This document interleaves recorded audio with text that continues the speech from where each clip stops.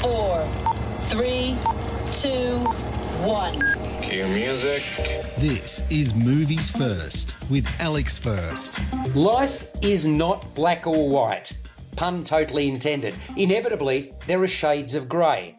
That's the essence of Green Book, which shares substance and style with Driving Miss Daisy. Only this has a substantially grittier storyline. Set in 1962, the film follows Italian-American Frank Anthony Vallelonga, aka Tony Lip, played by Viggo Mortensen, a Bronx-based bouncer who's hired to chauffeur a black pianist, Dr. Don Shirley, Mahershala Ali, on a concert tour through the American Deep South. Even though Shirley's music is world-class, the pair must rely upon the Green Book for safe and legitimate passage. That was a travel guide to lodgings, dining and business options for African Americans during the era of segregation. In it are places where Shirley would not be refused service or humiliated or threatened with violence. Set against the backdrop of a country grappling with the valour and volatility of the civil rights movement, two men will be confronted by racism and danger. Together, they'll challenge long-held assumptions, push past their seemingly insurmountable differences and embrace their shared humanity.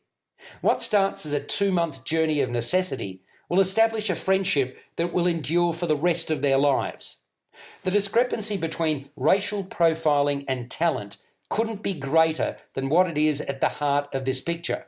It's infuriating to watch, let alone to have had to live through if you happen to have been a coloured person at that time. You're listening to Movies First. For more, like us on Facebook and follow us on Twitter. Mahershala Ali displays strength, courage and vulnerability in bringing to life the virtuoso talent that was Dr. Don Shirley. He carries himself with dignity and pride, but still manages to channel hurt. As for Viggo Mortensen, he's outstanding, presenting the hot-headed brute and loving family man with a monster appetite, Tony Lip. The dichotomy within him, being the moral code that Tony lives by, couldn't be a sharper contrast to the righteous Shirley.